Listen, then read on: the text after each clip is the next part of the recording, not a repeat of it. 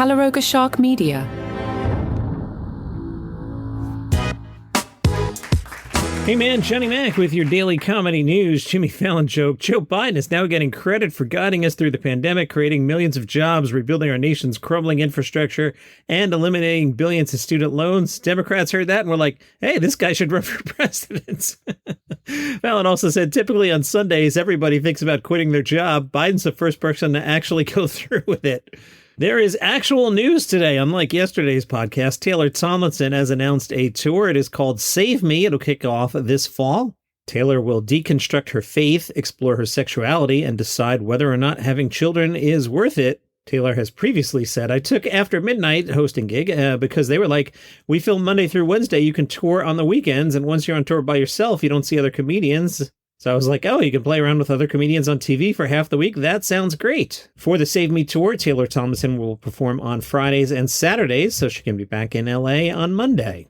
The New York Times has profiled TikToker Allison Reese. It seems Allison Reese has the Kamala Harris corner of TikTok. The Times says she's known for her impression of Harris and that Reese puts on pearls and a distinct vocal effect for the satirical sketches she posts on TikTok. She has more than 200,000 followers. I'm sure she'll have a lot more soon. She gained another 10,000 of them on Sunday. I checked it out. I went through several clips because I wanted to pull one for you. And then I was like, none of these are really that funny. I think the impression is good. I think the impression is better than the material. I'm not sure she will be the definitive Kamala Harris of our generation, but she's off to a good start. Like I said, I pulled a couple clips and I couldn't find anything hilarious, but let me share the impression with you to check out anyway. A lot of people be like, she laughed too much. Have you ever seen Donald Trump laugh? I don't think he can. He don't laugh, he can't laugh. I bet if he did laugh, it'd be something done. Here's my impression of Donald Trump laughing. Ready?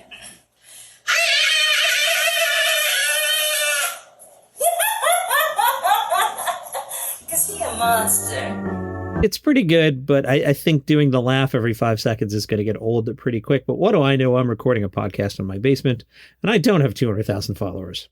The Times spoke to Reese on Sunday night, and Reese said, it's been a weirdly crazy day. I can't imagine what Kamala's actual day was like. Reese first stepped into the role of Harris during an SNL showcase. Reese said, I was like, wow, as a half-black woman, when am I ever going to get the chance to use this skill? I can do a lot of different vocal impressions, but it was never applicable to me.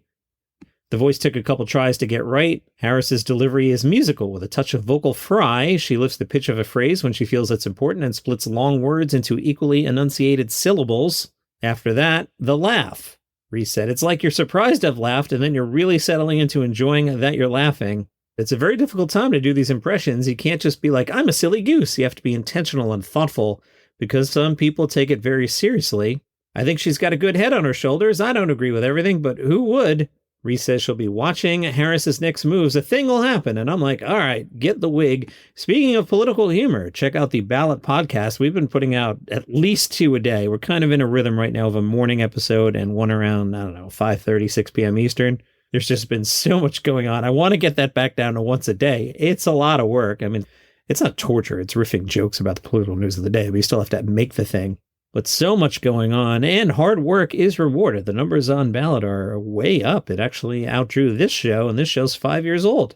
Ballot, wherever you get your podcast. Pete Davidson making headlines, everyone, including me, going with the headline, The One Drug Pete Davidson Can't Quit. The Daily Mail reported in Atlantic City on Saturday, Pete Davidson on stage said, I can't quit weed yet. It's all I have left. I did coke and ketamine and all the pills and all that stuff. All I have is weed left, so it's almost over, but I'm holding on for a bit longer. Pete Davidson talked about his car accident, I guess that was earlier this year, who can remember? Pete said, I saw the house and I was like, I don't think you could die if you hit a house. Usually in sitcoms, they go right through it. So I swerved and I aimed for the house and I actually hit the garage pretty good. Even at my worst, I'm pretty spot on. March 2023, this happened. He slammed into a Beverly Hills house after driving 100 miles an hour down the street, despite me understanding that he was doing stand-up comedy. There is nothing funny about a speeding accident. Pete said the cop came and he was all mad because I drove into a structure. I was freaking out and I had to calm myself down. He said he was scared of potentially going to jail. Kevin Hart, never afraid to work. He's got yet another gig. Well, he's got like 5 gigs this week. He's doing an Olympics thing on Peacock. I think that kicks off Friday. But for this story, as part of Airbnb icons, Kevin Hart will become an Airbnb host for one weekend only. He will welcome visitors to the Coromino Live Lounge, named after Gran Coromino, which is his tequila brand. So not only is he working, he's tied two things together to make some money. This guy knows how to make bucks. During the evening, Kevin Hart will join guests in enjoying stand-up comedy from surprise guests teased as A-listers, as well as a tasting of all three Coromina tequilas with bartender Chai Lee. Even Jim Gaffigan is like, sounds kind of lame, bro. The visit will also include music from a live DJ, 4 signature cocktails, and a plant-based appetizer. Why a plant-based appetizer? Oh yeah, remember Kevin Hart's got his hand in some fast food chain that's plant-based? Yeah, this guy's tying it all together. Why not record a podcast and a TV show and recap the Olympics while you're doing it, Kevin? On Kevin Hart's official Airbnb host profile, his page reads, "What's up, world? It's Kevin Hart. You might know me as an actor and comedian, but I'm also a producer, media mogul, and a one-time underwear model. Not a joke. I'm also a lifelong lover of tequila and the founder of Gran Coromino. It may sound like a lot, but hard work tastes different. I'm excited for you to get a taste of all that hard work at the Coromino Live Lounge. Mark your calendars. It's about to go down." Jim Gaffigan may have said, "Dial it down, buddy. Come on, enough. How much money do you need?" Kevin Hart's Lounge should cost $0 to request. Bookings will open August 21st at 9 a.m. Pacific, and you can visit Kevin Hart's Airbnb if you are selected September 24th through the 26th, 2024 in Los Angeles, California.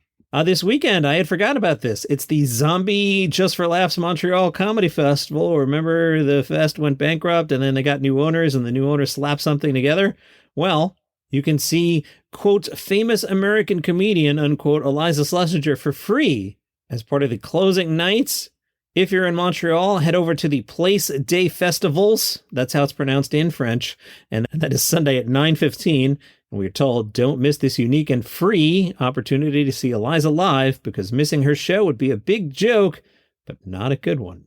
I appreciate you all listening every day, especially as the show comes up on the 5th anniversary. I think Monday. I'd have to go back and see when I published the first one, but July 29th is in my brain. But anyway, we're coming up on 5 years, and I wanted to shout out to Isaac, who dropped me a note. Hello, Isaac. Appreciate you. Thanks for listening. Ariel Dundas gave Broadway World her tips to doing the Fringe over in Edinburgh. Ariel says the Fringe is kind of like a marathon. You have to run it sprint. I'll be doing an hour-long solo show 24 times over the course of 25 days. During those days, I'll be seeing as many shows as I possibly can in between performing on shows with multiple performers. I also need to be constantly promoting my own show. At the Fringe, it's customary to promote your show by doing what New York comedians would call barking. That means handing out flyers to people as they pass you on the street. In Edinburgh, they call this flyering. Let me talk about that for a second. Back when I was really deep into this, at the prime years of running Serious XM Comedy, there would be these poor comedians handing out flyers in Times Square, and I'd walk through Times Square to catch the bus on the way home every day, and they'd be like, "Do you like comedy?" And I wanted to. I never did it because I'm not such a jerk, but like I wanted to have a famous comedian on the phone and be like, "Actually, I do. Here, talk to my friend Larry," or something like that. I never actually did it. I don't know why I wanted to do that, but it was just, I don't know, somebody handing me a flyer when I just like would have walked out of a room with Dane Cook and somebody going, "Do you like comedy?" I'd be like, "Yeah." Anyway, Ariel Dundas says, I think the biggest benefit of doing the Fringe is getting to do the Fringe. I personally can't imagine anything more fun than getting to do stand-up for at least an hour every day. On a practical level, it means you improve by leaps and bounds. It's basically time dilation, a year's worth of improvement in just 1 month.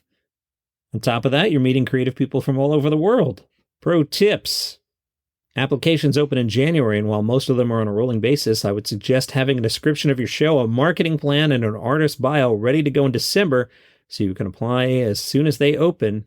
Once you're selected, usually in February or March, I would immediately get started making branding for the show, get pro pictures taken, and hire someone to make the posters and flyers for you. You're also going to want to post about the show on social media. I recommend just incorporating reminders that you are going to be in Edinburgh to your current social media presence. That reminds me, I got to update all my email signatures. That's on the list of things to do for today. Lucas Zelnick has announced a 30-plus city stand-up tour as the headliner of the first ever Java Monster Highly Laughinated Comedy Tour. You know, the publicist sent this over this morning, and I was like, oh, I'll put that in the show. And I read the Lucas Zelnick part, and I never got to the Java Monster Highly Laugh-inated Comedy Tour part. That's pretty good. I like it. The tour launches in North America on August 8th in Brooklyn. Is that how we describe Brooklyn now? It's in North America, not even New York. It's just North America, Brooklyn. Hits over 30 cities before wrapping in North America on one of the dates this year known as New Year's Eve in Buffalo, North America. Other cities include North America's Washington, D.C., Dallas, Atlanta, and Boston. Lucas Zelnick has an MBA from Stanford. I have one out of St. John's. What does that get you? You host a podcast in your basement. On stage, Lucas's conversational stand-up challenges his cushy Manhattan upbringing with punch-heavy material, while his quick-witted crowd work and deft maneuvering with hecklers and outtakes has gotten him over 100 million views on socials. Nice. He gave a quote. Couldn't be more excited about partnering with Java Monster to debut the highly laugh-inated tour. Their tasty drinks will be a perfect combination with my tasteless comedy. Get your tickets before they sell out. Hey, Java Monster, I know a guy that hosts a daily podcast about comedy who's been known to drink coffee. Anyway, if you want to see the Java Monster highly laugh-inated tour, Brooklyn, North America, August 8th, Tempe, D.C., Richmond, Jersey City, Hamden, Connecticut, Charleston, Wilmington, Columbia, South Carolina, Naples, Florida, Dania Beach, Florida, New Orleans, Nashville, San Antonio, Dallas, Las Vegas, San Diego, Cleveland, Philly, Salt Lake, Denver, Lincoln, Nebraska, Springfield, Missouri, Kansas City, Missouri, Athens, Georgia, Atlanta, Boston, Vancouver, Buffalo. I was wondering why we were being so specific about North America, and it's because of that one, actually it's two pesky Vancouver shows, but it's not like he's playing New Zealand.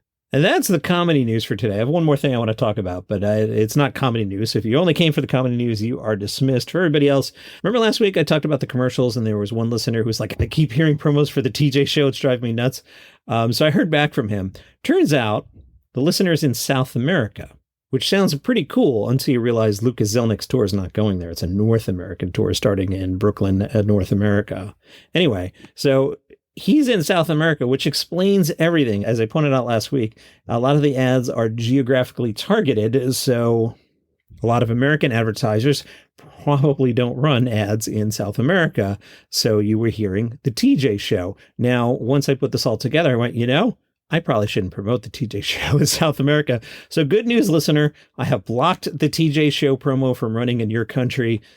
Unless you travel, you should never hear it again. Now, interestingly enough, I was listening to a ballad earlier today. Oh, this is what I want to share with you. There's this weird glitch in my neighborhood when I drive around. If I download a show in my house, it thinks I'm in New Jersey. If I drive around the neighborhood, specifically on Apple Podcasts, and I stream a podcast rather than download it in advance, for some reason, Apple Podcasts thinks I'm in Ireland. So I get all these spots for like Irish TV shows and the Irish lottery. And then driving around this morning on my way back from the National Donuts chain, I heard promo for the TJ show. I guess I should block Ireland as well. All right, that's your podcast for today. See you tomorrow.